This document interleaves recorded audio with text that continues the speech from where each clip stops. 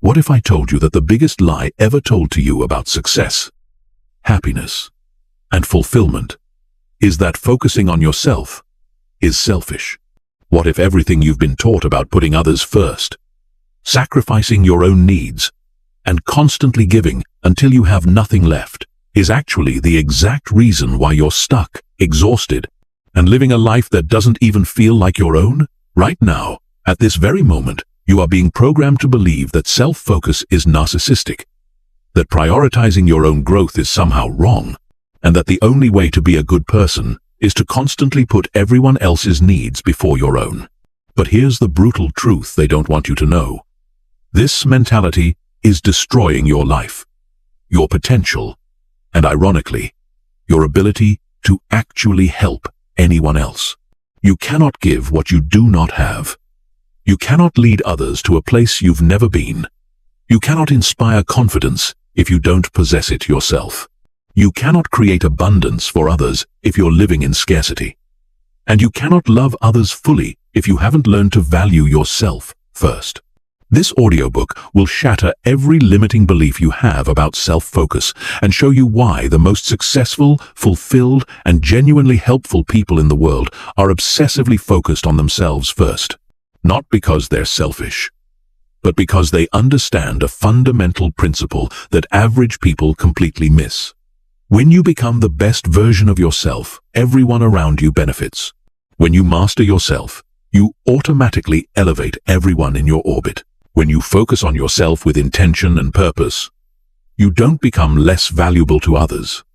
You become infinitely more valuable. By the time you finish this audiobook, you will understand why self-focus is not only necessary, but mandatory for anyone who wants to live an extraordinary life. You will have a complete framework for prioritizing yourself without guilt, for building unshakable confidence from the inside out, and for creating a life so magnetic that opportunities, relationships, and success are naturally drawn to you. This is not about becoming selfish or self-centered. This is about becoming self-aware, self-directed, and self-empowered so that you can show up as the most powerful version of yourself in every area of your life. Chapter 1. The Selflessness Trap and Why It's Destroying Your Life. Here's a question that's going to make you uncomfortable. How much of your life do you actually control? How many of your daily decisions are made based on what you truly want versus what you think others expect from you? How much of your time, energy, and attention goes toward building the life you actually desire versus constantly managing other people's needs, emotions, and problems? If you're honest with yourself, the answer is probably terrifying. Most people are living their entire lives on autopilot, constantly reacting to external demands, putting everyone else first, and wondering why they feel empty, resentful, and stuck in a life that doesn't feel authentic to who they really are. This is the selflessness trap, and it's one of the most dangerous psychological patterns you can fall into because it disguises itself as virtue while slowly destroying everything that makes you uniquely powerful. The selflessness trap works like this. From childhood, you're taught that good people sacrifice for others, that putting yourself first is selfish, and that your worth is determined by how much you can give to everyone else. So you develop a pattern of constantly saying yes when you want to say no, of prioritizing other people's goals over your own, of making yourself smaller so others feel more comfortable, and of believing that your value comes from how useful you are to everyone else. But here's what nobody tells you about this pattern. It doesn't actually make you a better person. It makes you a weaker person. It doesn't make you more valuable to others. It makes you less valuable to everyone, including yourself. When you constantly put others first, you're not being noble. You're being unconscious. You're operating from a scarcity mindset that says there isn't enough success, happiness, or fulfillment to go around. So you have to sacrifice your share to make others happy. But this is a fundamental misunderstanding of how value creation actually works. Value is not finite. Success is not a zero-sum game. When you focus on becoming the most powerful, capable, and fulfilled version of yourself, you don't take anything away from anyone else. you expand the total amount of value available to everyone around you. Think about the people in your life who inspire you the most. Are they the ones who are constantly sacrificing themselves for others and living in quiet desperation? Or are they the ones who have mastered themselves, who are living with purpose and intention, who have created something meaningful with their lives? The answer is obvious. You're not inspired by victims. You're inspired by victors. You're not motivated by people who have given up on their dreams to make everyone else comfortable. You're motivated by people who have pursued their dreams relentlessly and created something extraordinary in the process. The selflessness trap also creates a twisted dynamic where you become addicted to being needed. You start to derive your sense of worth from how much other people depend on you, how much they need your help, and how much you can sacrifice for their benefit. But this isn't love or service. This is codependency. You're not helping others become stronger and more capable. You're enabling their weakness and creating a dynamic where they need you to stay small so they can feel secure. This pattern destroys authentic relationships because it's based on inequality rather than mutual respect and growth. Here's another brutal truth about the selflessness trap. When you don't prioritize your own development, growth, and well-being, you have nothing of real value to offer anyone else. You might think you're being helpful by constantly giving your time and attention to others, but what you're actually giving them is the energy of someone who doesn't value themselves enough to invest in their own potential. You're modeling for them that self-neglect is normal, that dreams are meant to be sacrificed, and that the highest aspiration in life is to make yourself useful to other people rather than to become the fullest expression of who you're capable of being. The most dangerous part of the selflessness trap is that it prevents you from ever discovering what you're truly capable of. When all your time and energy goes toward managing other people's lives, you never have the space to explore your own potential, to develop your unique gifts, to pursue your deepest interests, or to create something meaningful that could benefit far more people than your constant availability ever could. You become a slave to other people's immediate needs, instead of a creator of long-term value. Breaking free from the selflessness trap requires a fundamental shift in how you think about service, value, and responsibility. True service is not about making yourself constantly available to solve other people's problems. True service is about becoming so skilled, so capable, and so fulfilled that your very presence elevates everyone around you. It's about modeling what's possible when someone commits fully to their own development and growth. It's about creating value from a place of abundance rather than giving from a place of depletion. The most generous thing you can do for the people you care about is to become the most powerful version of yourself.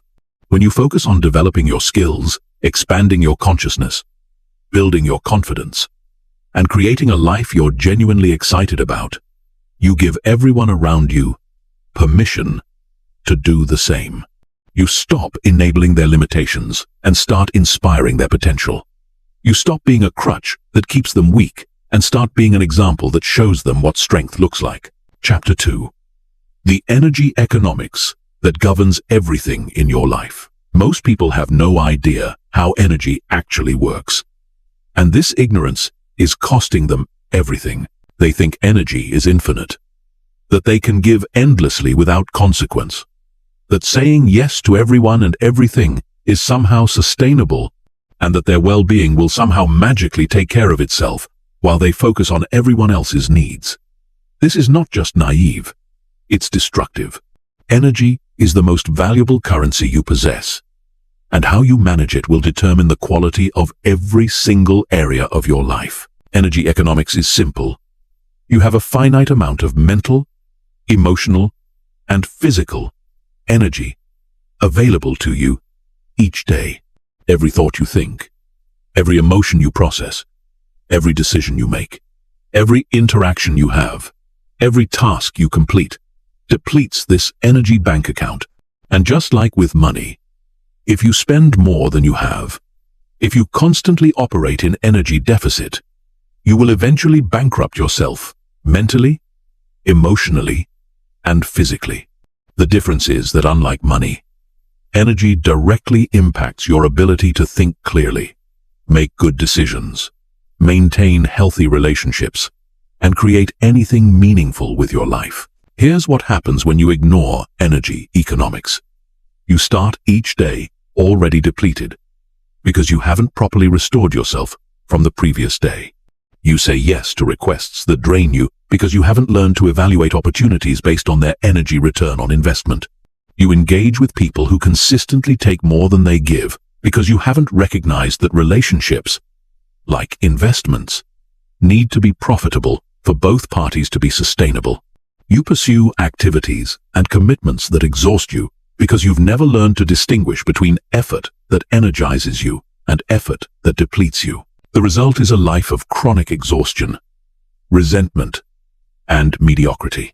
You're constantly running on empty, which means you never have the energy available to pursue anything that could actually fulfill you or create meaningful value in the world.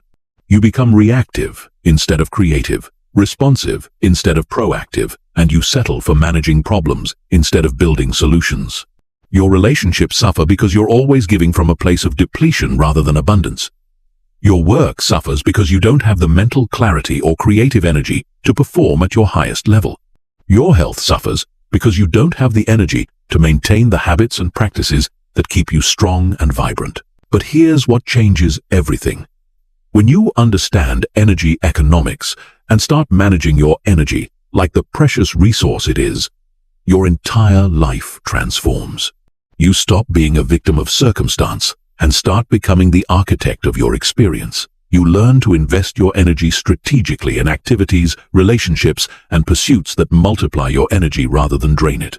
You develop the ability to say no to energy-depleting opportunities so you can say yes to energy-generating possibilities. Energy management starts with energy awareness. Most people have no idea what actually gives them energy versus what takes it away because they've never paid attention to how different activities, people, and environments affect their internal state.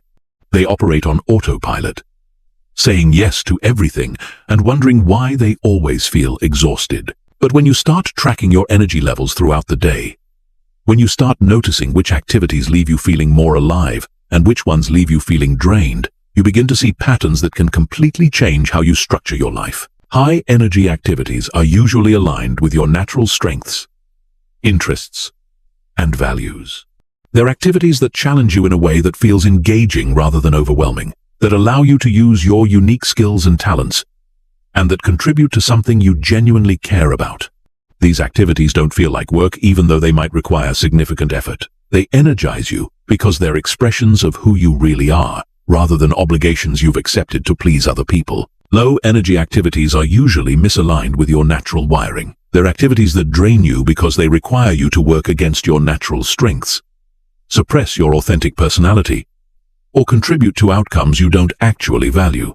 These activities feel like work even when they're technically easy because they require you to be someone you're not in order to complete them successfully. The same principle applies to relationships. High-energy relationships are those where both people are committed to mutual growth, where there's genuine respect and appreciation, where both parties contribute value to each other's lives, and where you feel more like yourself when you're with them rather than less.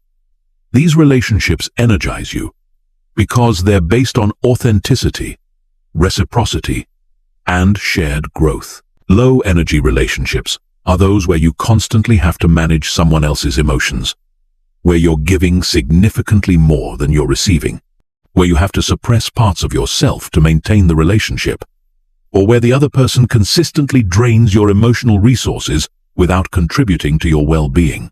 These relationships exhaust you because they require you to operate from depletion rather than abundance. Once you understand the difference between energy-generating and energy-depleting activities and relationships, you can start making strategic decisions about how to structure your life. This doesn't mean avoiding all challenging or difficult situations.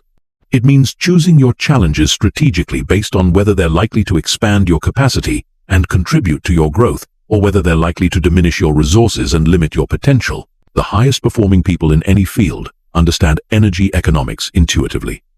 They protect their energy like their life depends on it, because they understand that their energy is their life. They're selective about what they commit to, ruthless about eliminating energy drains, and strategic about investing their energy in activities and relationships that compound over time. They understand that focusing on themselves first isn't selfish. It's essential for maintaining the energy required to create value in the world. When you master energy economics, you stop living in survival mode and start living in creation mode. You have the mental clarity to think strategically about your life. Instead of just reacting to whatever happens to you, you have the emotional resources to build meaningful relationships instead of just managing other people's problems. You have the physical vitality to pursue challenging goals instead of just trying to make it through each day. You become a source of energy for others instead of a drain on their resources. Chapter 3. The magnetic effect of authentic self-development. There's a phenomenon that happens when you truly commit to developing yourself that most people never experience because they never actually prioritize their own growth. It's called the magnetic effect. And it's the reason why some people seem to effortlessly attract opportunities, relationships, and success, while others struggle endlessly despite working just as hard. The magnetic effect is what happens when you become so genuinely aligned with your authentic self, so skilled at what you do, and so clear about your values and direction that you naturally draw everything you need toward you without having to chase, convince, or manipulate. Most people have this completely backward. They think that in order to get what they want, they have to go out and pursue it aggressively. They think they have to convince people to like them, persuade others to give them opportunities, and constantly prove their worth to the world around them.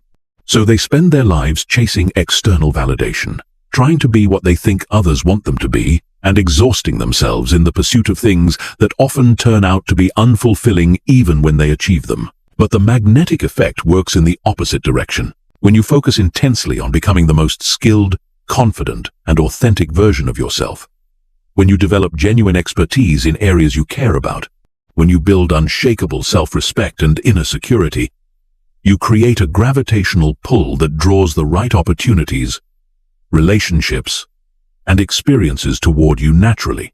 You stop being someone who needs external validation and start being someone who provides value, inspiration, and leadership to everyone around you. Here's why the magnetic effect is so powerful. Most people are lost. They don't know what they want. They're not clear about their values. They haven't developed their unique gifts, and they're constantly looking outside themselves for direction, purpose, and fulfillment.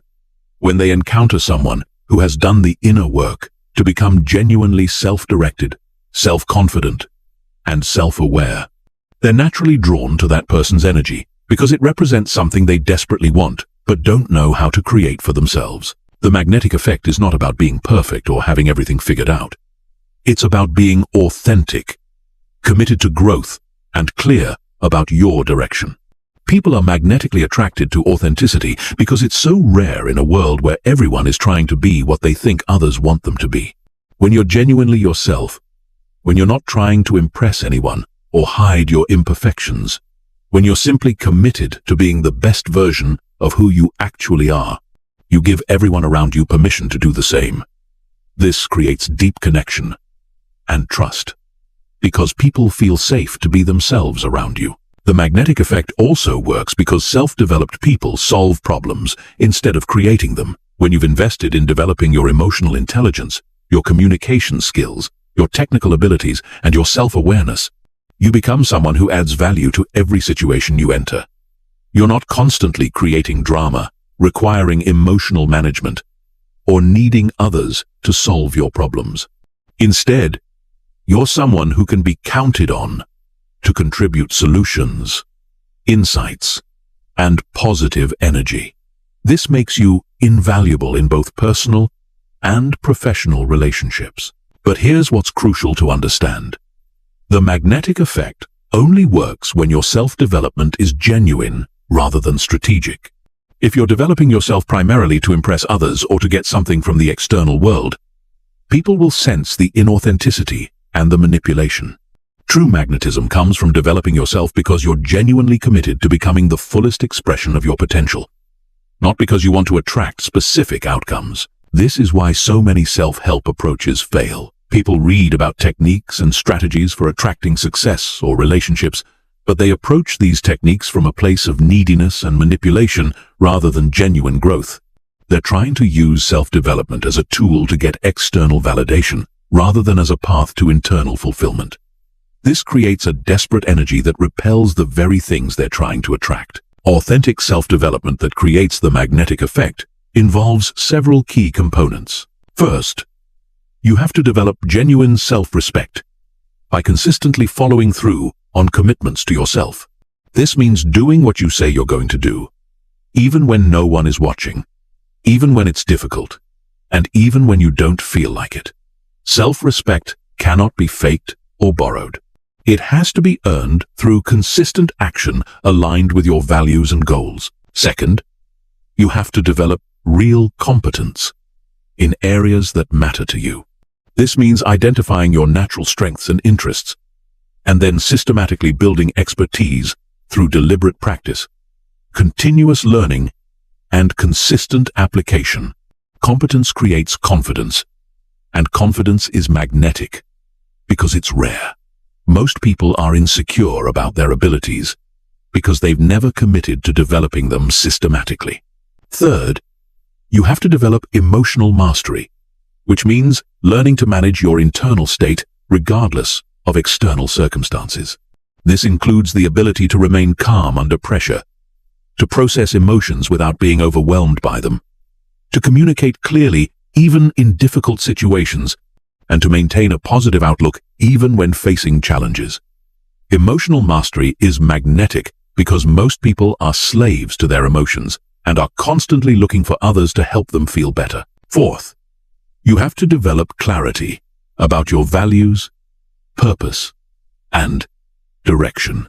This means spending time in self-reflection, identifying what genuinely matters to you, as opposed to what you think should matter to you, and making decisions based on this internal compass, rather than external expectations. Clarity is magnetic because most people are confused about what they want and are constantly seeking guidance from others. When you combine self-respect, competence, emotional mastery, and clarity, you create a presence that naturally attracts the right opportunities and relationships. You become someone that others want to be around, work with, and support, because being in your presence elevates their own experience. You stop chasing external validation because you've developed internal validation. You stop trying to convince others of your worth because your worth becomes self-evident through your actions and presence. The magnetic effect also creates a positive feedback loop. The more you focus on authentic self-development, the more you attract people and opportunities that support your continued growth. The better the quality of relationships and experiences you attract, the more resources you have available for further self-development. This creates an upward spiral that compounds over time, leading to levels of fulfillment and success that are impossible to achieve through external pursuit alone. Chapter 4. The Mastery Mindset that separates legends from everyone else. There's a fundamental difference between people who achieve extraordinary things and everyone else. And it's not talent, luck, or connections. It's their relationship with mastery. While most people approach life as consumers, always looking for what they can get, legends approach life as creators, always focused on what they can become. They understand that mastery is not just about developing skills in a particular area. It's about developing a way of thinking and being that enables continuous growth, resilience, and excellence in everything they do. The mastery mindset is built on a simple but profound principle. You are either growing or you are dying. There is no neutral ground.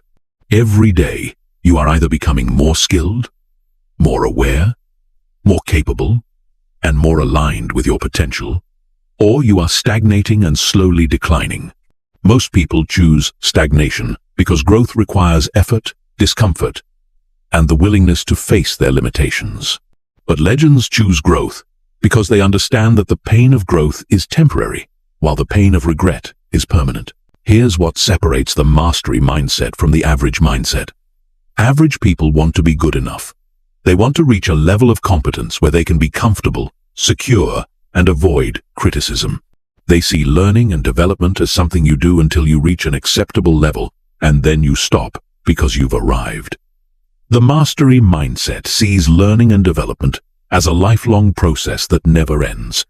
People with a mastery mindset are not trying to reach a destination where they can finally relax. They're committed to a journey of continuous evolution because they understand that their growth is their greatest contribution to the world. The mastery mindset also reframes failure completely. Average people see failure as evidence that they're not good enough and use it as justification to give up or lower their standards. People with a mastery mindset see failure as data. They understand that failure is not the opposite of success. It's part of the process of success. Every failure provides information about what doesn't work, which gets them closer to discovering what does work. They fail faster and more frequently than average people because they're willing to take risks and push boundaries that others avoid. This difference in how failure is processed creates completely different life experiences. Average people live in fear of making mistakes, so they play it safe, avoid challenges, and never discover what they're truly capable of. People with a mastery mindset embrace challenges specifically because they know that's where growth happens. They understand that comfort is the enemy of greatness, and that the only way to expand your capabilities is to consistently operate at the edge of your current abilities. The mastery mindset is also characterized by what psychologists call intrinsic motivation. Average people are motivated by external rewards: money, recognition, approval, status, security. While these things are nice to have, they're not sustainable sources of motivation because they depend on factors outside your control. People with a mastery mindset are motivated by the inherent satisfaction of becoming better, of solving complex problems, of creating something meaningful, and of expressing their unique capabilities. This internal motivation is infinitely more powerful than external motivation because it cannot be taken away by changing circumstances. Here's why intrinsic motivation is so crucial for long-term success. External rewards provide temporary satisfaction, but they don't create lasting fulfillment. You might feel good for a moment when you receive recognition or achieve a goal, but that feeling fades quickly, and you need another hit of external validation to feel good again. This creates an addiction to external approval that makes you dependent on other people's opinions and reactions for your sense of worth and satisfaction. But when you're motivated by mastery itself, by the process of growth and development, you create a sustainable source of fulfillment that doesn't depend on external circumstances. You enjoy the daily practice of getting better. You find satisfaction in small improvements and incremental progress. You don't need to wait for major achievements or external recognition to feel successful because you measure success by your commitment to the process rather than by specific outcomes. The mastery mindset also changes your relationship with competition. Average people see other people's success as a threat to their own possibilities. They think that if someone else wins, it means they lose. People with a mastery mindset see other people's success as inspiration and information. They study successful people not to compete with them, but to learn from them. They understand that there's no limit to how many people can achieve mastery, and that other people's excellence expands the possibilities for everyone. This shift from competition to collaboration creates completely different relationships and opportunities. When you're focused on your own mastery rather than on beating others, you naturally attract other people who are committed to growth and excellence. You build relationships based on mutual respect and shared values, rather than comparison and insecurity. You become someone that high performers want to work with and learn from because you're focused on creating value rather than claiming credit. The mastery mindset also requires what Carol Dweck calls a growth mindset, as opposed to a fixed mindset. A fixed mindset believes that abilities, intelligence, and talents are static traits that cannot be significantly developed. This leads to avoiding challenges, giving up easily when faced with obstacles, and feeling threatened by other people's success. A growth mindset believes that abilities can be developed through dedication, hard work, and learning from failure. This leads to embracing challenges, persisting through obstacles, and finding inspiration in other people's success. But the mastery mindset goes beyond even the growth mindset. It's not just about believing you can improve. It's about being obsessed with improvement. It's about making growth and development the central organizing principle of your life. It's about consistently asking yourself, how can I get better today? What can I learn from this experience? How can I approach this more effectively?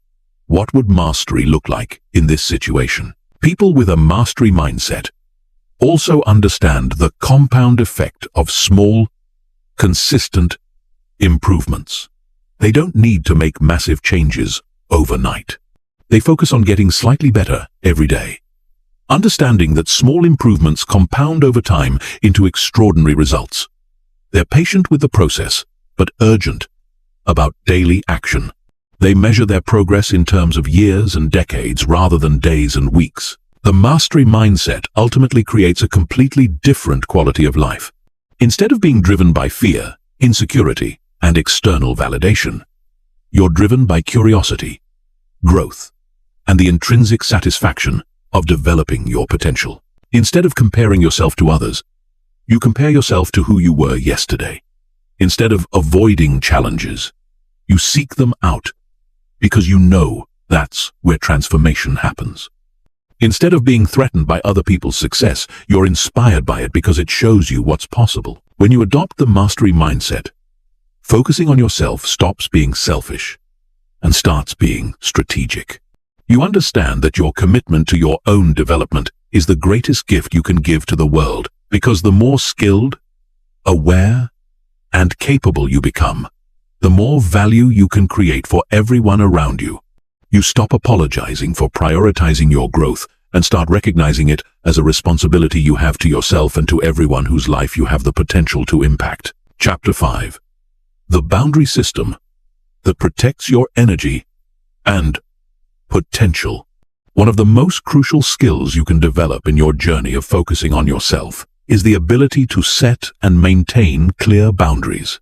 But most people completely misunderstand what boundaries actually are and why they're essential. They think boundaries are about being mean, selfish, or antisocial. They think boundaries will damage their relationships and make them less likable. This is exactly backward. Boundaries are actually what make authentic, healthy relationships possible. They're what allow you to give from a place of abundance rather than obligation, and they're what protect your energy and potential from being drained by people and situations that don't deserve access to your most valuable resources. A boundary is simply a clear limit that defines what you will and won't accept in your life. It's a way of communicating your standards, values, and priorities to the world around you. It's a protective barrier that ensures your time, energy, and attention go toward the things that genuinely matter to you, rather than being scattered across every random request, demand, or expectation that comes your way. Without clear boundaries, you become a victim of other people's agendas, constantly reacting to external pressures instead of proactively creating the life you actually want. Here's why boundaries are so crucial for anyone who wants to focus on themselves and develop their potential. Your time, energy, and attention are finite resources. Every moment you spend on something that doesn't align with your values, goals, or authentic interests is a moment you can't spend on developing yourself, pursuing your dreams, or creating value in areas that genuinely matter to you. Without boundaries, your life becomes a chaotic mess of other people's priorities, and you never develop the focused intensity required to achieve mastery in anything. The reason most people struggle with boundaries is that they've been conditioned to believe their worth comes from how much they can do for other people. They think that saying no makes them selfish, that disappointing others is the worst thing they can do, and that their value is determined by how available and accommodating they are. This is a toxic mindset that leads to resentment, exhaustion, and a life that feels completely out of control. But here's the truth about boundaries. They don't hurt relationships. They improve them. When you have clear boundaries, people know exactly what to expect from you. They know what you're available for and what you're not. They know how to interact with you in a way that respects your time and energy. This creates much healthier dynamics because it eliminates the confusion, manipulation, and resentment that come from unclear expectations. Boundaries also make your yes more valuable. When you say yes to everything, your yes becomes meaningless because it's not based on choice. It's based on compulsion. But when you have clear boundaries and you choose to say yes to something, that yes carries real weight because the person knows you could have said no, but chose not to. They know they're getting your time and attention because you genuinely want to give it to them, not because you feel obligated. The boundary system has several key components that work together to protect your energy and potential. First, you need clear, personal standards. These are non-negotiable principles about how you expect to be treated, what kinds of behavior you will and won't tolerate, and what conditions need to be met for you to invest your time and energy in something. Personal standards are not about controlling other people. They're about controlling your own responses and decisions. For example, you might have a standard that you don't engage in conversations where you're being criticized, blamed, or manipulated. You don't try to stop other people from having these conversations, but you remove yourself from them because they don't meet your standards for productive interaction. You might have a standard that you only commit to projects or relationships where there's mutual respect, clear communication, and shared commitment to positive outcomes. Second, you need clear priorities. Most people say yes to things, not because they want to do them, but because they haven't taken the time to figure out what they actually want to focus on. When you have clear priorities, decision-making becomes much easier because you can quickly evaluate whether something aligns with your stated priorities or not. If it doesn't align, you say no, regardless of how interesting, urgent, or socially expected the request might be. Your priorities should be based on your values, goals, and authentic interests, not on what other people think you should prioritize. This requires spending time in self-reflection to identify what genuinely matters to you as opposed to what you think should matter to you. Most people never do this work, so they end up living other people's lives instead of their own. Third, you need clear communication skills. Having boundaries is useless if you can't communicate them effectively. This means learning to say no clearly and directly without over-explaining, apologizing, or justifying your decision. It means learning to redirect conversations that don't meet your standards. It means learning to express your needs, expectations, and limits in a way that's firm but respectful. Most people struggle with boundary communication because they're afraid of conflict or disappointing others. But conflict is not necessarily negative. Conflict is simply what happens when two different sets of needs or expectations meet. Healthy conflict can lead to better understanding, clearer communication, and stronger relationships. The goal is not to avoid conflict, but to navigate it skillfully. Fourth, you need consistent enforcement. Boundaries that aren't enforced aren't boundaries. They're suggestions. If you set a limit and then don't follow through when someone crosses it, you're teaching them that your boundaries don't actually matter. This trains people to disrespect your limits and creates a pattern where you constantly feel violated and resentful. Enforcement doesn't mean being harsh or punitive.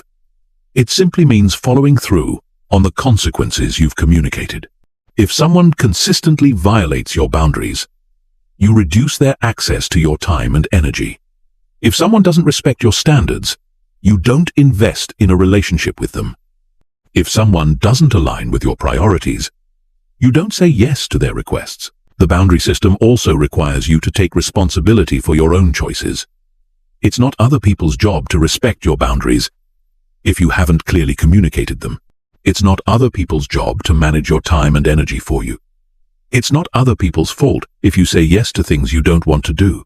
You are responsible for setting clear limits, communicating them effectively, and enforcing them consistently.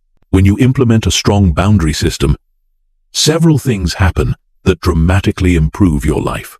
First, you stop feeling like a victim of circumstances and start feeling empowered to create the experiences you want.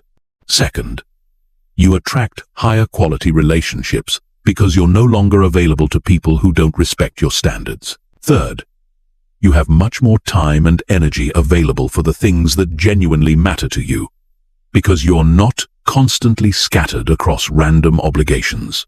Fourth, you develop much stronger self-respect, because you're consistently honoring your own needs and values, instead of sacrificing them for other people's comfort. The boundary system is not about being antisocial or selfish.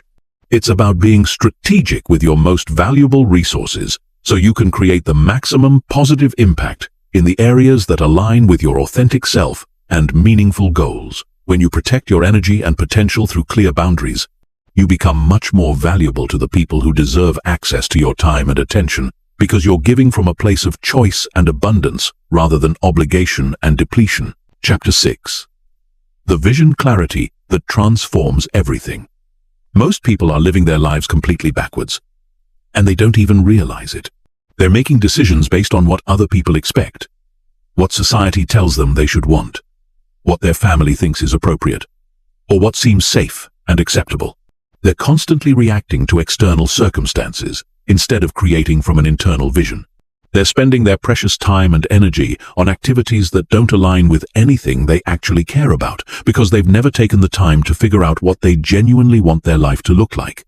This is why most people feel lost, frustrated, and empty, even when they're technically successful by conventional standards. Vision clarity is the foundation of everything else we've discussed. Without a clear vision of who you want to become and what you want to create with your life, you have no framework for making decisions about where to invest your energy, what boundaries to set, or what opportunities to pursue.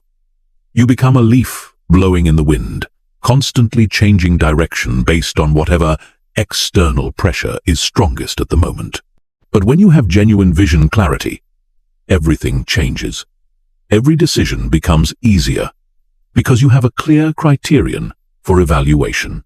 Every boundary becomes obvious because you know what supports your vision and what detracts from it. Here's what most people get wrong about vision. They think it's about setting goals or making plans. But goals and plans are just the tactical level. Vision is about identity. It's about becoming crystal clear on who you are at your core, what you value most deeply, what kind of impact you want to have in the world, and what would make you feel genuinely fulfilled and proud of how you spent your time on Earth. This is not about what you think you should want or what would impress other people. This is about what resonates with your authentic self when you strip away all the external conditioning and social programming. The reason vision clarity is so transformative is that it gives you an internal compass that can guide you through any situation or decision. When you know who you're becoming and what you're building, you don't need external validation to know whether you're on the right track. You don't need other people to tell you what's important or worthwhile.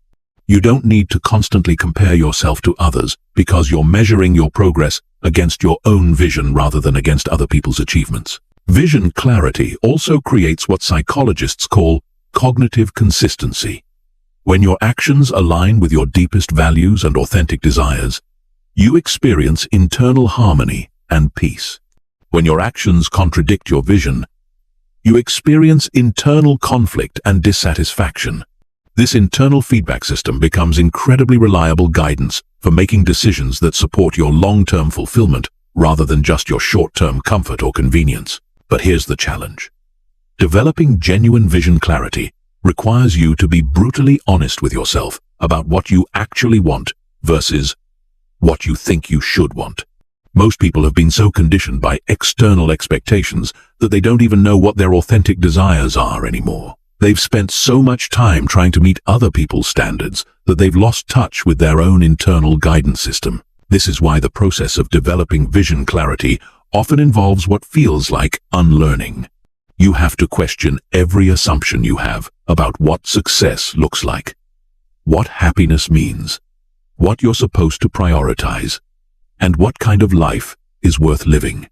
You have to separate your authentic voice from all the other voices that have been shaping your thinking since childhood. This can be uncomfortable because it often reveals that you've been pursuing things that don't actually matter to you, or that you've been neglecting areas of life that are actually crucial to your fulfillment. The vision clarity process starts with what I call values archaeology.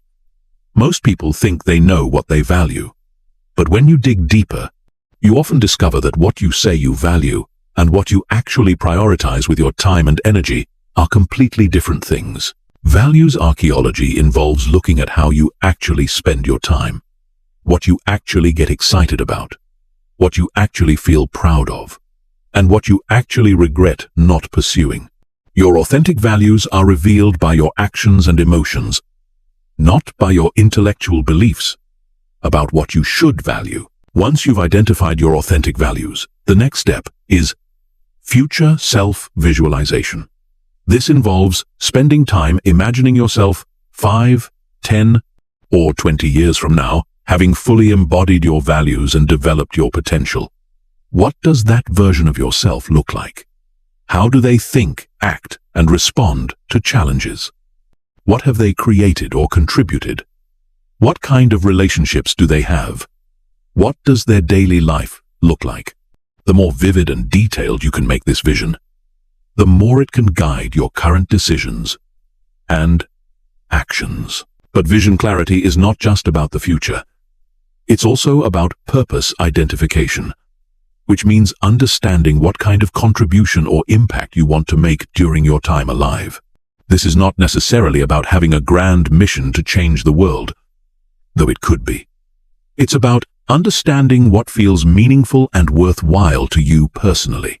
It could be raising children who become confident and capable adults. It could be creating art that moves people. It could be building a business that solves important problems. It could be developing expertise in a field that fascinates you. The key is that it feels authentic and significant to you, regardless of how it looks to anyone else. When you combine authentic values, future self-vision, and purpose identification, you create what I call a personal constitution. This is a clear, written description of who you are, what you stand for, what you're building, and how you want to show up in the world. This constitution becomes your decision-making framework. When opportunities arise, you can quickly evaluate whether they align with your constitution or not. When challenges occur, you can respond from your constitution rather than from fear or reactivity. The most successful people in any field have incredible clarity about their vision and values. They don't waste time on opportunities that don't align with their core mission. They don't get distracted by what other people are doing or what's trendy or popular. They have such a clear sense of direction that they can make decisions quickly and confidently, even in uncertain situations. This clarity gives them a massive advantage because while other people are hesitating, comparing options, and seeking external validation, they're taking focused action toward their clearly defined vision. Chapter 7. The toxic influence elimination that clears your path. Here's a truth that will make you uncomfortable. Some of the people in your life right now are actively sabotaging your growth, and you're letting them do it because you're afraid of being alone or because you think you owe them your loyalty. You're surrounding yourself with people who drain your energy, discourage your ambitions, criticize your efforts to improve, and keep you stuck at their level because your growth threatens their comfort zone. This is not about being mean or judgmental toward others. This is about recognizing that your environment has a massive impact on your development and that you have a responsibility to yourself to create conditions that support your highest potential. The people you spend the most time with become your reference group. They shape your standards, influence your beliefs, affect your mood and energy, and either inspire you to grow or pressure you to stay small. If you're constantly surrounded by people who complain about their lives but never take action to improve them, you'll start to see that as normal.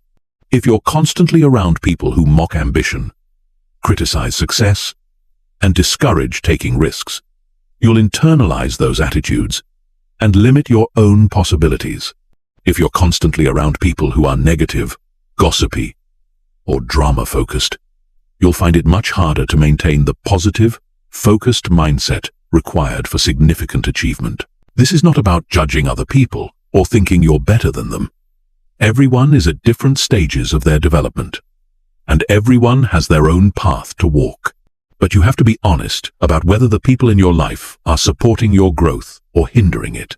You have to be strategic about who gets access to your time, energy, and attention, because these are your most valuable resources, and they directly impact your ability to become who you're capable of being. Toxic influences come in many forms, and they're often disguised as care, concern, or loyalty. The chronically negative friend, who constantly complains but never wants solutions. The family member who criticizes every goal you set because they're afraid of being left behind. The colleague who gossips about everyone and tries to drag you into drama and politics. The romantic partner who feels threatened by your success and subtly undermines your confidence. The social group that bonds over cynicism, complaint, and making fun of people who try to improve themselves. These influences are particularly dangerous because they often come from people you care about. And they're usually not intentionally malicious. They're just operating from their own fears, insecurities, and limited thinking. But the impact on your development is the same whether it's intentional or not.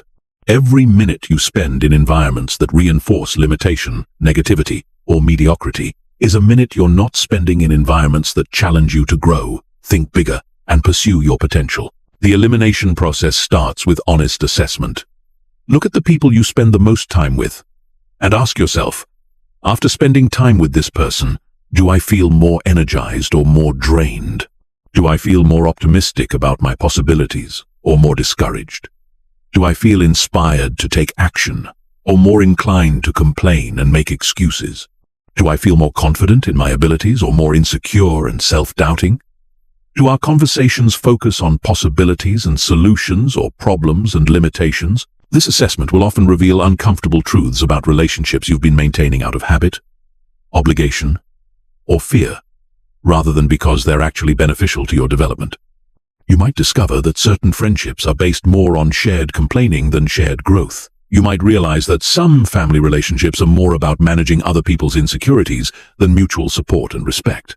You might recognize that some social environments consistently bring out the worst in you, rather than the best. Once you've identified toxic influences, the elimination process requires courage and clear boundaries. This doesn't necessarily mean completely cutting people out of your life, though sometimes that's necessary. It often means reducing the amount of time and energy you invest in relationships that don't support your growth, changing the nature of your interactions with people who consistently drain you, and refusing to participate in conversations or activities that reinforce limitation and negativity. For example, you might decide that you're no longer available for complaining sessions that don't include any interest in solutions. You might choose to limit contact with family members who consistently criticize your goals and dreams. You might stop participating in social gatherings that revolve around gossip, criticism, or cynicism. You might end romantic relationships where your partner feels threatened by your growth instead of excited about it. This process is often difficult because it challenges the social conditioning that tells you to prioritize other people's comfort over your own development. You might feel guilty about setting boundaries with people who have been in your life for a long time. You might worry about being seen as selfish or arrogant. You might be afraid of being alone or of not having anyone to spend time with if you eliminate toxic influences. But here's what happens when you create space. By eliminating toxic influences, you make room for positive influences to enter your life. You start attracting people who are also committed to growth, who inspire you to be better, who support your ambitions, and who challenge you in productive ways. You discover communities and environments where your desire for improvement is celebrated rather than criticized. You find mentors, collaborators, and friends who elevate your thinking and encourage your potential. The people who belong in your life are those who inspire you to be better, who support your authentic goals, who celebrate your successes without resentment, who offer constructive feedback when you need it, and who challenge you to grow in positive ways. These are people who have their own ambitions and are working on their own development. So they understand the importance of focus, discipline, and continuous improvement. They don't try to keep you small because your growth doesn't threaten them. It inspires them. Chapter 8.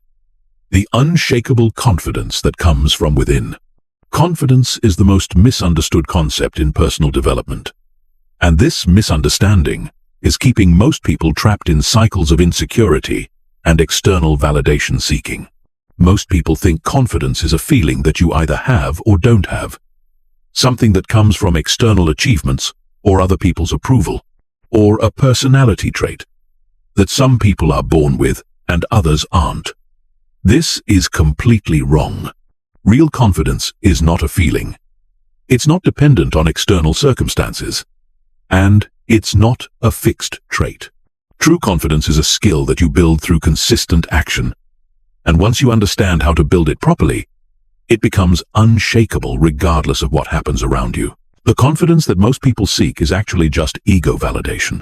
They want to feel good about themselves based on how they compare to others, how much approval they receive, how many achievements they can accumulate, or how successful they appear to the outside world. But this kind of confidence is incredibly fragile because it depends entirely on factors outside your control. It disappears the moment you face criticism, failure, rejection, or comparison to someone who seems more successful than you are. Real confidence comes from a completely different source. It comes from your relationship with yourself, specifically from your ability to trust yourself to handle whatever challenges arise. It comes from knowing that regardless of what happens externally, you have the skills, resilience, and resourcefulness to respond effectively. It comes from having evidence that you can set goals and follow through on them, that you can face discomfort and push through it, that you can learn from failure and keep moving forward, and that you can stay true to your values even when it's difficult. This kind of confidence is built through what I call self-trust deposits. Every time you make a commitment to yourself and follow through on it, you make a deposit in your self-trust account. Every time you face a challenge and handle it effectively, you prove to yourself that you're capable. Every time you stay true to your values despite external pressure, you strengthen your internal foundation. Every time you take action despite fear or uncertainty, you expand your comfort zone and build evidence of your resilience. The opposite is also true. Every time you make a commitment to yourself and break it, you make a withdrawal from your self-trust account. Every time you avoid challenges or give up when things get difficult, you reinforce the belief that you can't handle adversity. Every time you compromise your values to please others or avoid conflict, you weaken your internal foundation. Every time you let fear stop you from taking action, you teach yourself that you're not capable of handling uncertainty or discomfort. Most people have been making withdrawals from their self-trust account for so long that they're operating in emotional bankruptcy. They don't believe they can rely on themselves to follow through on commitments, handle challenges, or stay true to their values. This is why they're constantly seeking external validation, approval, and reassurance. They're trying to get from others what they haven't learned to give themselves. Evidence that they're capable, valuable, and worthy of respect. Building unshakable confidence requires a systematic approach to making self-trust deposits. This starts with making small commitments to yourself and following through on them consistently. It doesn't matter what the commitments are. They could be as simple as exercising for 20 minutes every day, reading for 30 minutes every evening, or writing in a journal every morning. What matters is that you commit to something specific and then prove to yourself that your word to yourself means something.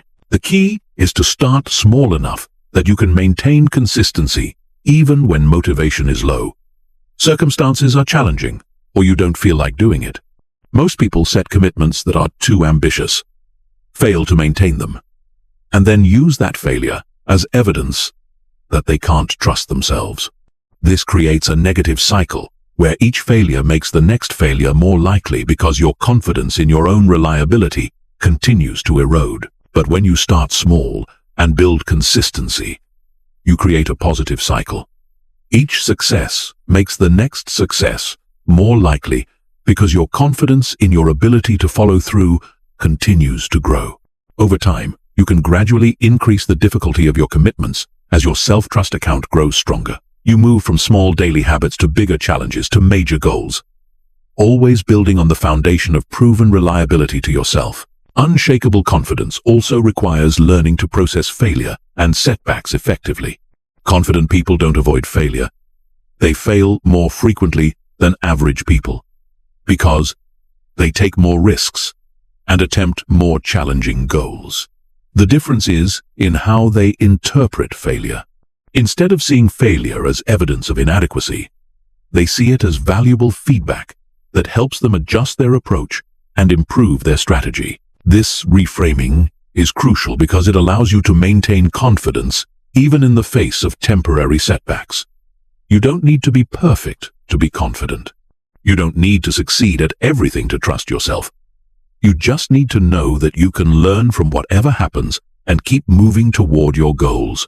This kind of resilience is what allows truly confident people to attempt ambitious goals, recover from major setbacks, and maintain their sense of self-worth regardless of external circumstances. Another component of unshakable confidence is internal validation. Most people are constantly seeking approval, recognition, and reassurance from others because they haven't learned to validate themselves. They need external confirmation that they're doing well, making progress, or handling things appropriately.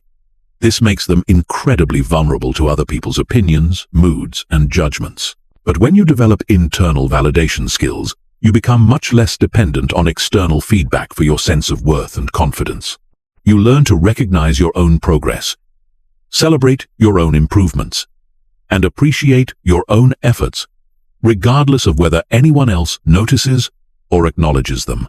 You develop the ability to feel proud of yourself based on your own standards rather than constantly measuring yourself against other people's expectations. Chapter 9. The compound effect of daily self-investment. Here's a concept that will completely change how you think about personal development. The compound effect is not just a financial principle, it's the most powerful force for personal transformation that exists. Just like small amounts of money, invested consistently over time, can grow into massive wealth through compound interest, small amounts of daily investment in yourself compound over time into extraordinary levels of capability, confidence, and achievement. But most people completely underestimate this principle because they're obsessed with immediate results and dramatic transformations, instead of understanding that the most powerful changes happen gradually through consistent daily action. The reason most people fail to develop themselves is not because they don't want to improve or because they don't have access to information about how to improve. They fail because they expect change to be immediate and dramatic.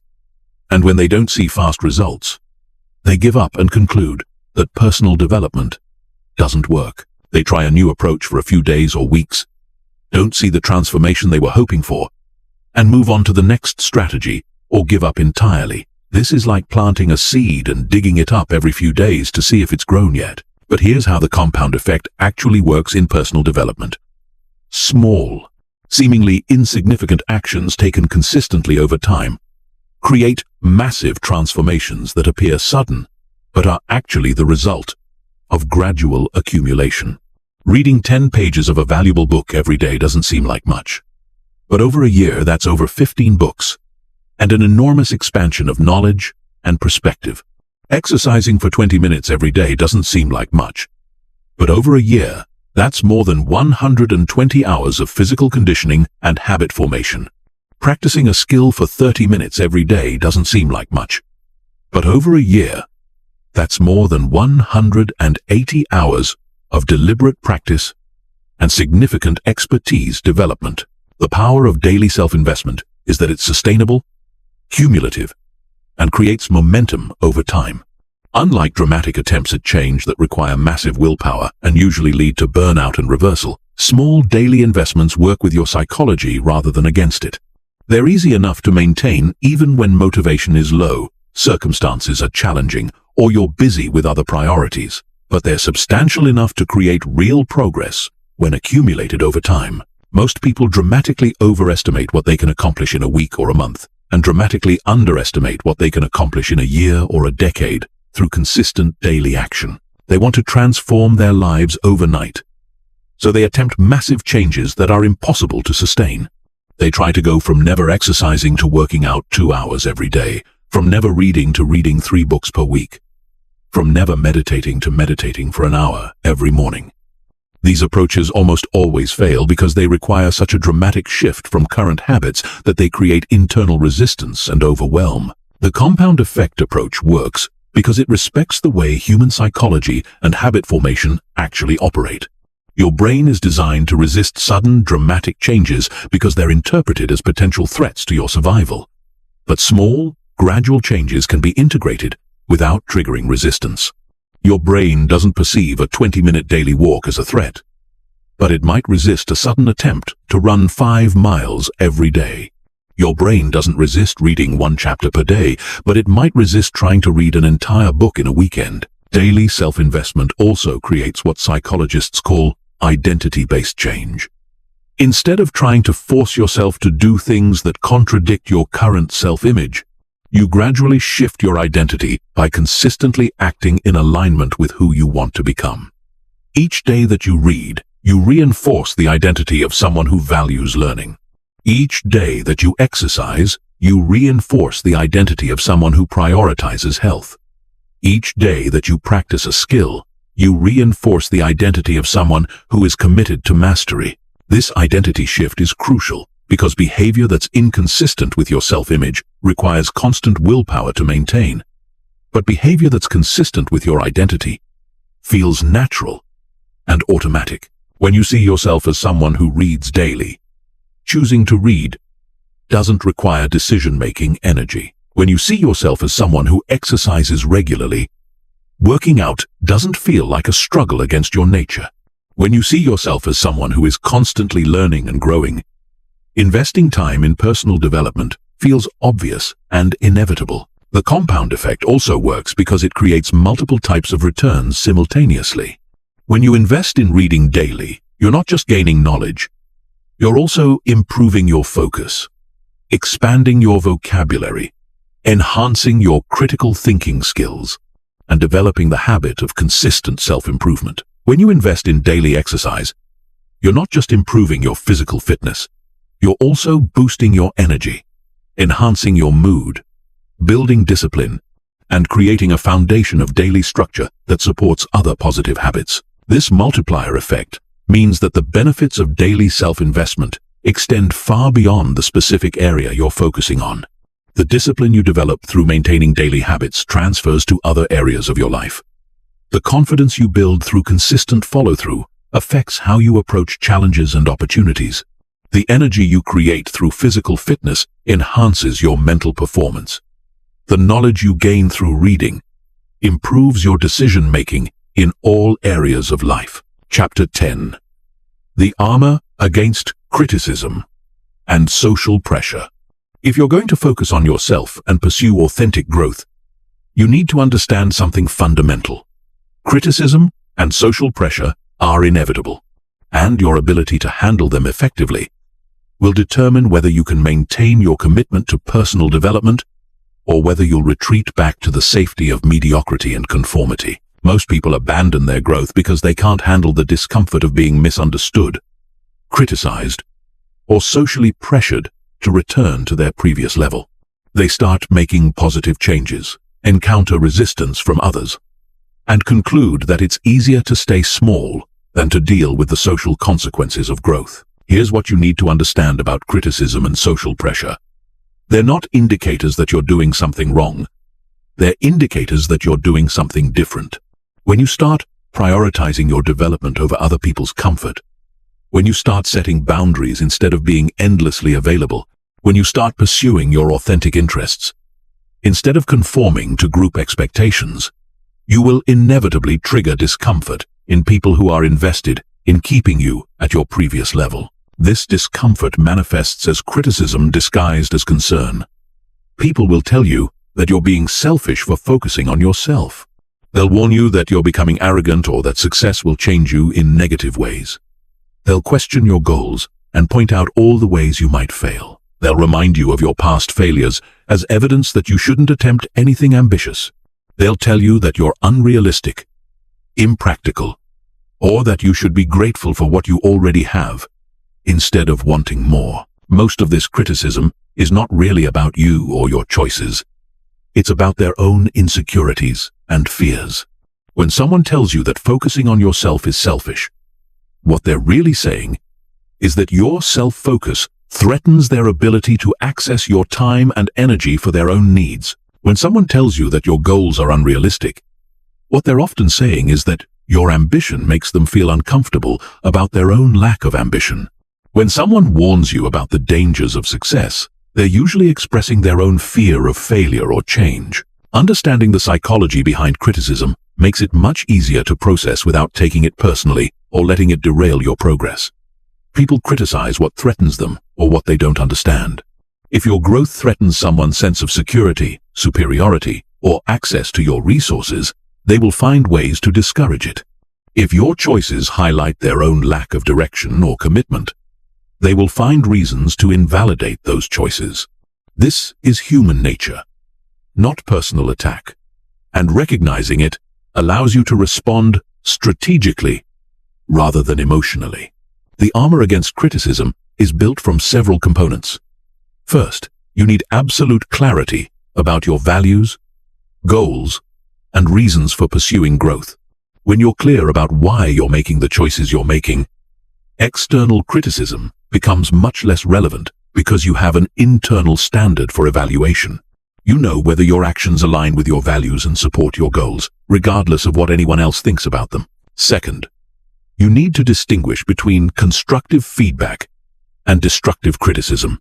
Constructive feedback comes from people who support your growth and want to help you succeed more effectively. It's specific, actionable, and offered with genuine care for your well-being. Destructive criticism comes from people who want to discourage your growth or make themselves feel better by diminishing your efforts. It's usually vague, personal, and offered with underlying hostility or insecurity. Learning to identify the difference allows you to be open to valuable input while protecting yourself from toxic influence. You can listen carefully to constructive feedback from people who have your best interests at heart, while dismissing destructive criticism from people who are threatened by your development. This discernment is crucial because completely shutting out all feedback makes you isolated and potentially blind to important areas for improvement, while accepting all criticism makes you vulnerable to being derailed by other people's insecurities. Third, you need to develop what psychologists call internal locus of control. This means that your sense of worth, direction, and validation comes primarily from internal standards rather than external approval. People with internal locus of control evaluate their decisions based on whether those decisions align with their values and support their goals. People with external locus of control evaluate their decisions based on how others react to them. When you have strong internal locus of control, criticism loses much of its power because you're not dependent on other people's approval for your sense of worth or direction. You can consider feedback objectively without becoming emotionally destabilized by it. You can maintain your commitment to growth even when others don't understand or support your choices. Fourth, you need to surround yourself with people who understand and support your commitment to growth. This doesn't mean only associating with people who never challenge you or never offer feedback. It means building relationships with people who share your values around personal development and who want to see you succeed. These relationships provide a buffer against external criticism because they offer alternative perspectives and emotional support when you encounter resistance from others. The ultimate armor against criticism is your own results. When you consistently follow through on your commitments to yourself, when you steadily develop your skills and capabilities, when you create value and achieve meaningful goals, the evidence of your progress becomes undeniable. Critics may continue to find fault, but their opinions carry less weight when contradicted by objective reality. This is why maintaining your focus and consistency is so important, even when facing social pressure.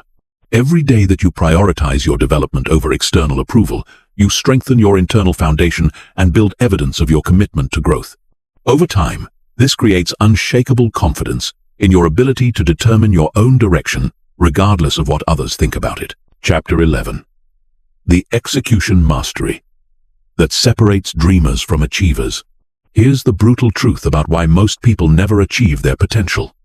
They confuse thinking about goals with working toward goals. They mistake planning for progress. And they believe that understanding something intellectually is the same as implementing it practically. They spend endless hours consuming motivational content, reading about success strategies, and talking about what they're going to do someday. but they never actually develop the execution mastery required to turn ideas into reality. This is the gap that separates people who transform their lives from people who just think about transforming their lives. Execution mastery is not about working harder or longer hours. Most people who struggle with execution are actually working quite hard. They're just working on the wrong things, at the wrong times, in the wrong ways. True execution mastery is about developing the mental discipline to consistently take the specific actions that directly contribute to your most important goals, regardless of how you feel, what distractions are available, or what immediate gratification you could pursue instead. The first component of execution mastery is what I call priority ruthlessness. Most people fail to execute effectively because they try to pursue too many goals simultaneously. They don't distinguish between what's important and what's urgent, and they allow low-priority activities to consume the time and energy they should be investing in high-impact actions. Priority ruthlessness means getting absolutely clear about the 3 to 5 most important outcomes you want to achieve, and then organizing your entire schedule around making progress on those outcomes every single day. This requires saying no to everything else, no matter how interesting, urgent, or socially expected it might be. It means declining invitations that don't align with your priorities, avoiding projects that don't contribute to your core goals, and eliminating activities that feel productive but don't actually move you closer to what you're trying to achieve. Most people are terrified of this level of focus because they're afraid they'll miss out on opportunities or disappoint people. But the truth is that trying to do everything means doing nothing exceptionally well. The second component is implementation systems. Most people approach execution randomly and reactively. They wait for motivation to strike. They work on whatever feels most appealing in the moment, and they hope that their good intentions will somehow translate into consistent action. This approach virtually guarantees inconsistent results because it depends entirely on feelings and circumstances that are constantly changing. Execution masters create systems that guarantee consistent action regardless of external circumstances or internal motivation levels.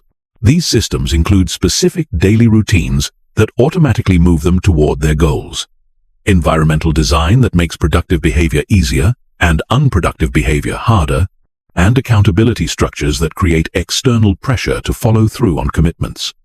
They don't rely on willpower or motivation because they understand that these resources are limited and unreliable. For example, if your goal is to write a book, an execution master doesn't wait for inspiration or try to write when they feel creative. They establish a specific time each day when they write. They create a dedicated space for writing that's free from distractions. They set a specific word count target for each session, and they track their progress visually so they can see their momentum building over time. They make writing so automatic and systematic that it happens whether they feel like it or not. The third component is resistance management. Every meaningful goal involves activities that are uncomfortable, challenging, or boring. Your brain will constantly generate resistance to these activities by offering more immediately gratifying alternatives, creating elaborate justifications for procrastination, or generating fears about potential failure or judgment. Most people are slaves to this resistance, which is why they never develop the consistency required for significant achievement. Execution masters understand that resistance is inevitable and plan for it strategically. They expect their brain to offer distractions and have predetermined responses ready. They break challenging tasks into smaller components that feel less overwhelming. They use time-based constraints to limit how long they have to endure discomfort. They remind themselves of their deeper motivations when immediate satisfaction feels more appealing than long-term progress. The fourth component is feedback optimization. Most people either avoid feedback entirely because they're afraid of criticism, or they seek feedback but don't actually use it to improve their approach.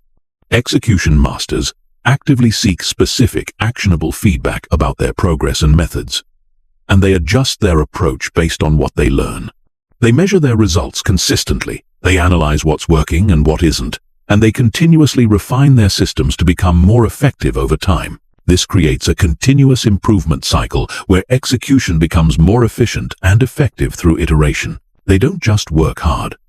They work smart by constantly learning how to get better results with less effort and fewer resources. They treat every project as an opportunity to develop their execution skills, not just as a means to achieve a specific outcome. The fifth component is momentum maintenance. Most people work in starts and stops.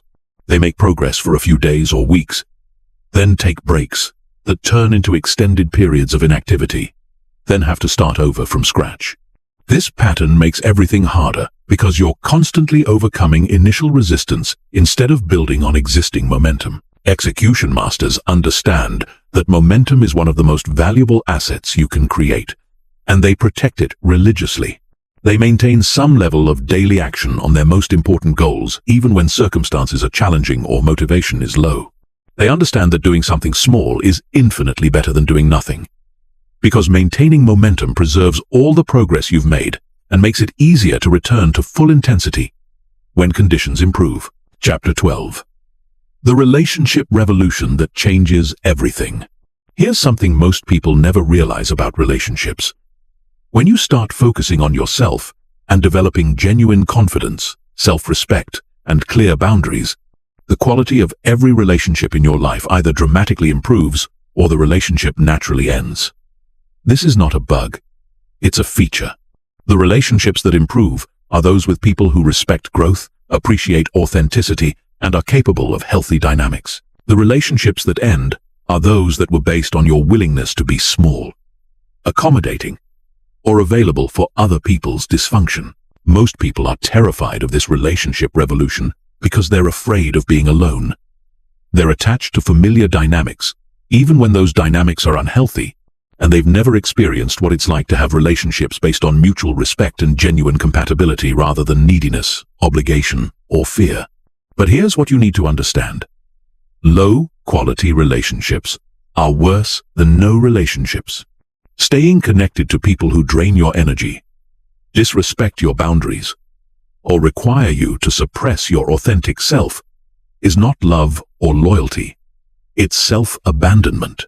When you focus on developing yourself, you naturally become less available for relationships that require you to be less than who you're becoming. You stop tolerating disrespect because you've learned to respect yourself. You stop accepting crumbs of affection because you've developed a strong sense of your own worth.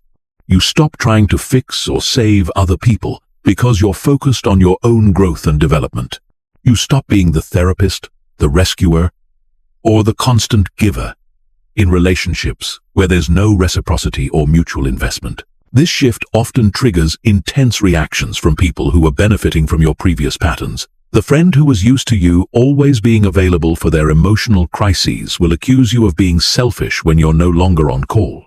The romantic partner who was comfortable with an unequal dynamic will feel threatened when you start expecting mutual respect and effort. The family member who was used to controlling or manipulating you will escalate their behavior when your boundaries become firm and consistent. These reactions are not evidence that you're doing something wrong. They're evidence that you were previously in unhealthy dynamics and that your growth is disrupting patterns that weren't serving you. The people who truly care about you will respect your boundaries and support your development, even if they need time to adjust to the changes. The people who don't will reveal themselves through their resistance to your growth, and you'll have valuable information about whether these relationships are worth maintaining. The relationship revolution also involves attracting entirely new types of people into your life. When you have genuine self-respect, clear boundaries, and authentic confidence, you naturally attract others who share these qualities. You start connecting with people who are also committed to growth, who have their own goals and interests, who can contribute to your life rather than just taking from it, and who appreciate your authenticity rather than trying to change you. These new relationships feel completely different from what you may have experienced before. There's less drama because both people are emotionally mature. There's more mutual support because both people are invested in each other's success. There's more genuine intimacy because both people are comfortable being themselves rather than performing to please each other. There's more stability because the relationship is based on compatible values and mutual respect rather than neediness or fear. But attracting high-quality relationships requires you to become a high-quality person yourself. You can't have standards for others that you don't meet yourself. You can't expect respect from others if you don't demonstrate self-respect. You can't attract emotionally healthy people if you're not doing your own emotional work. You can't expect others to have clear boundaries if you don't have clear boundaries yourself. This is why focusing on yourself is not selfish when it comes to relationships. It's essential. The better you become, the better the people you'll attract, and the better your relationships will be. The more you develop your own interests, skills, and goals, the more interesting and valuable you become as a partner, friend, or colleague. The more you learn to validate yourself internally, the less you'll need constant reassurance from others, which makes you much more attractive and less exhausting to be around. The relationship revolution also involves changing how you communicate and interact with others. When you have genuine confidence and self-respect, you can be more direct and honest in your communication because you're not afraid of conflict or rejection. You can express your needs clearly because you believe you deserve to have your needs met. You can disagree with others without feeling threatened because your sense of worth doesn't depend on universal approval. This directness and authenticity actually improves relationships because it eliminates the guessing games, passive-aggressive behavior, and resentment that come from poor communication. People know where they stand with you, which creates trust and respect, even when there's disagreement. Your relationships become based on reality rather than pretense, which makes them much more satisfying and sustainable. The revolution also involves learning to be alone comfortably. Most people stay in unsatisfying relationships because they're afraid of loneliness. But when you've developed a rich internal life and genuine self-respect, being alone becomes enjoyable rather than frightening. You don't need other people to entertain you, validate you, or make you feel worthwhile. This comfort with solitude paradoxically makes you much more attractive to others because neediness is repelling while self-sufficiency is magnetic. When you're genuinely comfortable being alone, you make relationship choices from a position of preference rather than desperation. You choose to be with people because you enjoy their company and value what they bring to your life, not because you're afraid of being by yourself. This leads to much healthier dynamics because the relationship is based on mutual choice rather than mutual dependency. Chapter 13. The mental fortress that makes you unbreakable. The difference between people who achieve extraordinary things and people who collapse under pressure is not talent, resources, or circumstances. It's mental resilience. It's the ability to maintain focus, confidence, and forward momentum regardless of setbacks, criticism, failures, or external chaos. Most people have glass minds that shatter at the first sign of real difficulty, but legends build mental fortresses that can withstand any storm and emerge stronger from every challenge. Building a mental fortress starts with understanding that your mind is under constant attack from forces designed to weaken your resolve and limit your potential. Every day you're bombarded with negative news that makes the world seem dangerous and hopeless. You're exposed to social media that encourages comparison and breeds insecurity. You encounter people who project their own limitations and fears onto your goals and dreams. You face setbacks and failures that can either strengthen your resolve or convince you to quit. Most people have no defense against these attacks because they've never consciously developed their mental resilience. They allow external circumstances to dictate their internal state. They let other people's opinions shape their self-perception. They interpret temporary setbacks as permanent failures. They absorb negativity from their environment and wonder why they feel discouraged and defeated. But a mental fortress protects you from all of these influences by creating an unshakable internal foundation that remains stable regardless of external chaos. This foundation is built on several key components that work together to create psychological invincibility. The first component is perspective mastery. Most people get trapped in temporary circumstances and lose sight of the bigger picture. They allow immediate challenges to consume their entire mental bandwidth and forget that every setback is temporary and every failure is an opportunity for learning and growth. Perspective mastery means developing the ability to zoom out from current difficulties and remember your long-term vision, values, and trajectory. This doesn't mean ignoring problems or pretending challenges don't exist. It means putting current difficulties in context and remembering that your life is not defined by any single event, setback, or period of struggle. Every successful person has faced failures, rejections, and periods of doubt. What separates them from people who quit is their ability to maintain perspective during difficult times and continue moving forward despite temporary obstacles. The second component is emotional regulation mastery. Most people are slaves to their emotions, allowing feelings to dictate their actions and decisions. When they feel discouraged, they stop taking productive action. When they feel anxious, they avoid challenges and opportunities. When they feel angry, they make decisions they later regret. When they feel overwhelmed, they abandon their goals and retreat to what feels safe. Emotional regulation mastery means learning to acknowledge your emotions without being controlled by them. It means developing the ability to take productive action even when you don't feel motivated, confident, or optimistic. It means understanding that feelings are temporary experiences that provide information but shouldn't dictate behavior. It means building the capacity to feel difficult emotions fully without letting them derail your commitment to your goals and values. The third component is meaning-making mastery. Humans are meaning-making creatures, and the meaning you assign to events in your life determines how those events affect your mental state and future behavior. Most people unconsciously assign disempowering meanings to challenges and setbacks. They interpret failure as evidence of inadequacy, criticism as confirmation of unworthiness, and obstacles as signs that they should quit or lower their standards.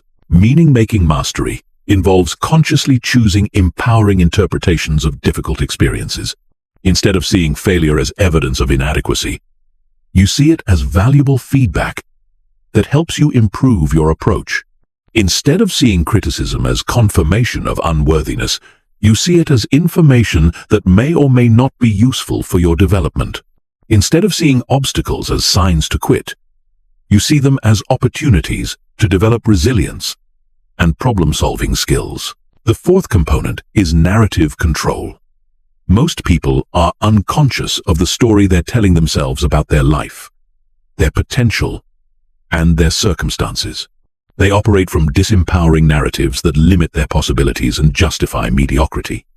They see themselves as victims of circumstances rather than creators of their reality.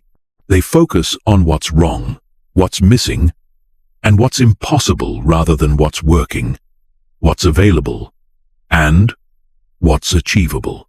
Narrative control means becoming conscious of the story you're telling yourself and deliberately choosing a narrative that empowers action and growth. Instead of focusing on your limitations, you focus on your potential. Instead of dwelling on past failures, you focus on future possibilities. Instead of seeing yourself as a victim of circumstances, you see yourself as the author of your experience with the power to influence outcomes through your choices and actions. The fifth component is stress inoculation. Just like physical immune systems become stronger through exposure to manageable challenges, mental resilience grows stronger through deliberate exposure to controllable stressors. Most people avoid discomfort and challenge, which means they never develop the psychological strength to handle significant difficulties when they inevitably arise. Stress inoculation involves systematically exposing yourself to increasingly challenging situations so you can build confidence in your ability to handle adversity. This might mean taking on projects that stretch your abilities, having difficult conversations you've been avoiding, or pursuing goals that require you to operate outside your comfort zone. Each time you successfully navigate a challenging situation, you build evidence that you can handle difficulty, which makes you more resilient in future situations. The mental fortress also requires what Navy SEALs call compartmentalization. This is the ability to separate your current emotional state from your necessary actions. Even if you're feeling discouraged, anxious, or overwhelmed, you can still take the actions required to move toward your goals.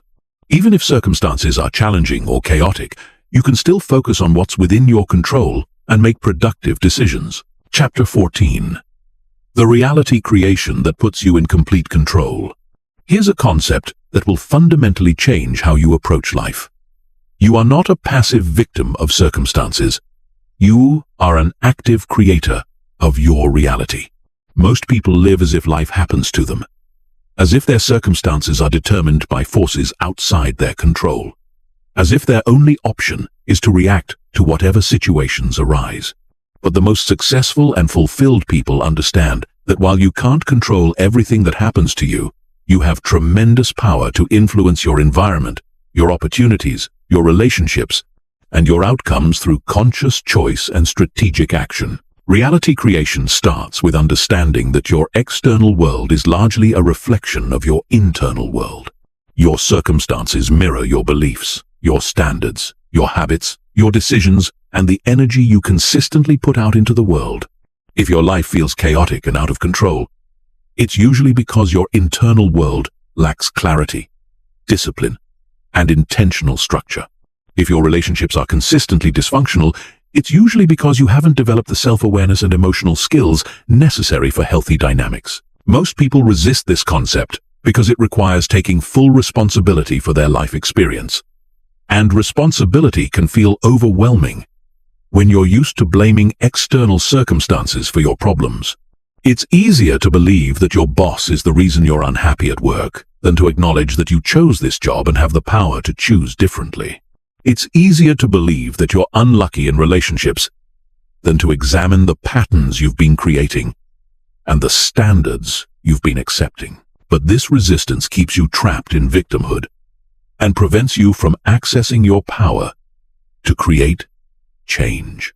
When you blame external circumstances for your problems, you're essentially saying that you're powerless to improve your situation. When you take responsibility for your role in creating your current reality, you reclaim your power to create a different reality through different choices and actions. Reality creation involves several key principles that work together to give you increasing control over your life experience. The first principle is environmental design. Your environment shapes your behavior, thoughts, and emotions much more than most people realize. If your physical space is cluttered and chaotic, it's much harder to maintain mental clarity and focus. If you're constantly surrounded by negative people, it's much harder to maintain a positive outlook and ambitious goals. Environmental design means consciously creating conditions that support the person you want to become and the life you want to live. This includes designing your physical space to encourage productive behaviors and discourage unproductive ones. It includes choosing social environments that inspire growth rather than enable mediocrity. It includes selecting information sources that expand your thinking rather than reinforce limitation. It includes creating daily routines and systems that automatically move you toward your goals. For example, if you want to become someone who reads regularly, you might place books in visible locations throughout your home. Create a comfortable reading space free from distractions, and establish a specific time each day when reading happens automatically. If you want to become someone who exercises consistently, you might lay out workout clothes the night before. Choose a gym that's convenient to your daily routine, and schedule exercise at a time when you have the most energy. The second principle is relationship curation. Your relationships have enormous influence on your beliefs, standards, energy level, and possibilities. People who are consistently negative will drag down your energy and motivation. People who have low standards will pressure you to lower your standards. People who don't believe in growth and improvement will discourage your efforts to develop yourself. Relationship curation means consciously choosing who gets access to your time, energy, and attention based on whether they support or hinder your development. This doesn't mean being arrogant or judgmental toward others. It means being strategic about who you invest in and who you allow to influence your thinking and emotions. It means seeking out relationships with people who inspire you, challenge you in positive ways, and support your commitment to growth. The third principle is opportunity creation. Most people wait for opportunities to appear and then wonder why they feel stuck and limited. But opportunities are rarely just given to you. They're usually created through preparation, positioning, skill development, network building, and strategic action. The people who seem to have all the luck are usually those who have prepared themselves to recognize and capitalize on possibilities that others miss. Opportunity creation means proactively developing skills that will be valuable in the future. Building relationships with people who can open doors, positioning yourself in environments where interesting possibilities exist, and consistently taking actions that expand your options rather than limiting them. It means being ready when opportunities arise, rather than scrambling to prepare after they've already passed. The fourth principle is feedback optimization.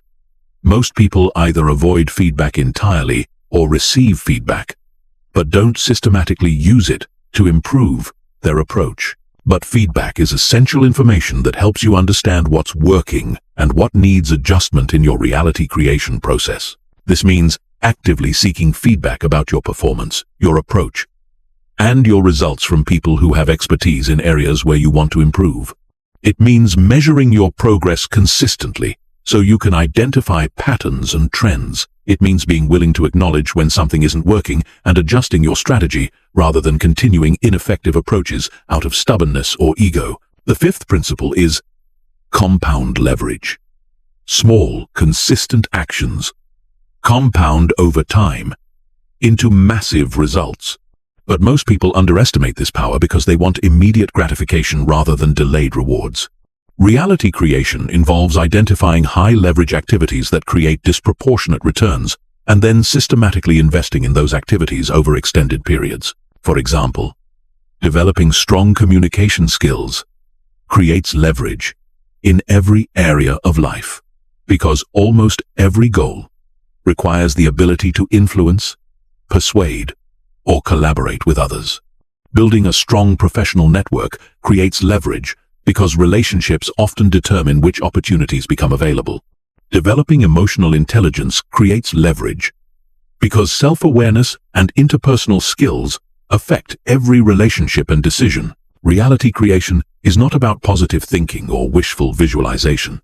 It's about understanding the factors that influence outcomes and then systematically organizing those factors to increase the probability of achieving your desired results. It's about taking responsibility for your role in creating your current circumstances and then using that same power to create better circumstances through more conscious choices and more strategic actions. Chapter 15. The unstoppable transformation that makes you legendary. You've reached the point where everything changes, not because you've absorbed more information or learned new techniques, but because you finally understand the fundamental truth that will determine the quality of your entire life. You are not who you were yesterday, and who you become tomorrow is entirely within your control. Most people never grasp this concept because they're trapped in the illusion that personality, capabilities, and circumstances are fixed. They believe they are who they are, and that's the end of the story. But you now understand that identity is fluid, that capabilities can be developed, and that circumstances can be influenced through conscious choice and persistent action. The unstoppable transformation begins when you make a decision that most people never make. The decision to become completely responsible for your own development, happiness, and success. Not partially responsible. Not responsible when it's convenient. Completely responsible. Which means acknowledging that every aspect of your current life is the result of your past choices, actions, and responses to circumstances. This level of responsibility is terrifying to most people because it eliminates all excuses and external sources of blame, but it's also incredibly liberating because it means you have the power to create different results through different choices. This transformation is unstoppable because it's based on principles that compound over time rather than strategies that depend on external circumstances.